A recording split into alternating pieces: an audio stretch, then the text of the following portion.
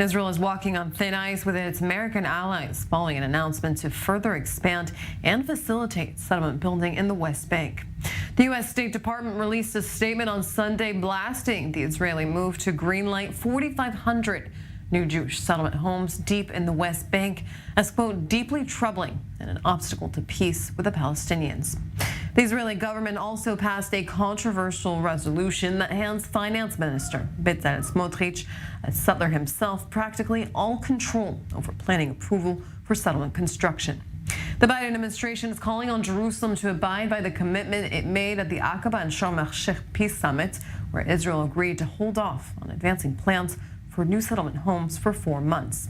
Washington has grown more frustrated with Jerusalem as it views such steps significantly complicate a two-state solution and recent U.S. efforts to persuade Saudi Arabia to normalize ties with Israel.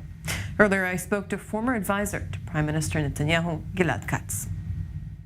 Netanyahu and the administration and President Biden understand that there are issues that are much more important, such as the nuclear proliferation, such as the defeating terror, such as trying to stabilize the region. Those issues are, and of course, Saudi Arabia, those issues are much, much more important for all sides.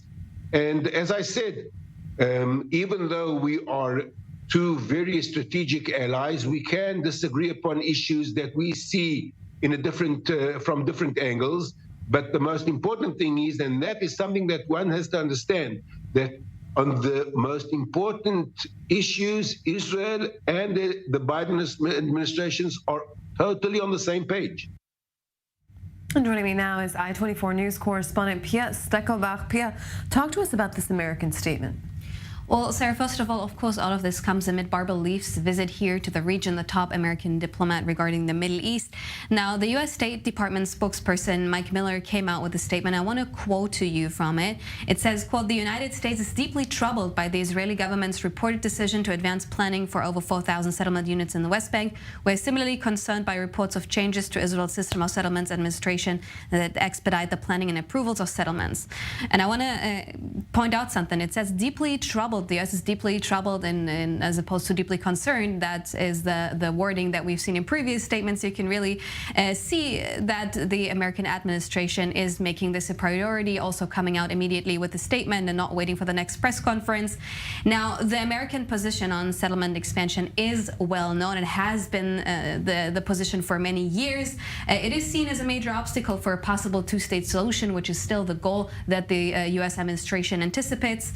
I want to remind you, the West Bank is considered occupied under international law, and parts of the West Bank are foreseen for a possible future Palestinian state. In that statement, Mike Miller also mentioned the summits in Aqaba and Sharm El Sheikh that took place earlier this year. They were summits between Jordan, Egypt, the Palestinians, and Israel. They were aimed at de-escalating tensions that were particularly high at the beginning of the year.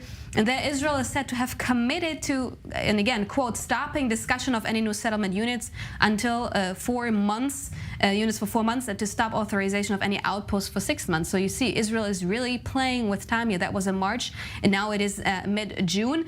And Barbara Leaf, she is in the region now to really speak to Israeli political and military officials to deepen Israel's integration in the Middle East, so to discuss it, and also to talk about the constraints on Iran's threat that it poses in the region. But she's also, on the other hand, scheduled to speak to Palestinian officials and to speak about Palestinian-U.S. bilateral relations and the support.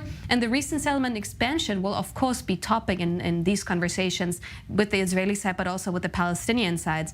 And Israel expanding these settlements, which means basically adding housing units to settlements, is something that happened in any recent government that we've seen, and it has always drawn American condemnation. This is also the second time already that this current government is announcing settlement expansion. Earlier in February, there were 10,000 new housing units that were announced. But the anger now, and this is really what we can see, is not only because or as a result of the settlement expansion that has been announced, but also about the resolution that practically gives control over planning and approval for construction in the West Bank to Smotrich, who, as you mentioned, is a settler himself. He's an advocate for the nationalist movement, for promoting settlements, and it's expected to be a lot easier for Israel to announce and advance the settlements in the West Bank. And Pia, briefly, you mentioned it earlier, but what wider implications could this have for peace negotiations with both the Palestinians and also U.S. efforts to broker normalizations with the Saudis? Of course. Well, the Saudis have made it a condition to find a solution for the Israeli-Palestinian conflict for normalization with Israel, but this is sending a clear signal that a two-state solution, which is the way that, for example, the U.S. administration is aiming for, that stopping settlement construction would be the first step to enable a two-state solution.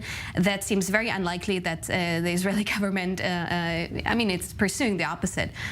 Also, the U.S. is aiming to renew regional summits, such as the ones we've seen in Aqaba and Sharm El Sheikh, also the Negev summit that has happened last year with foreign ministers from countries like the UAE, Bahrain, Egypt, Morocco. This is something that the U.S. would like to see more diplomatic summits in the Middle East.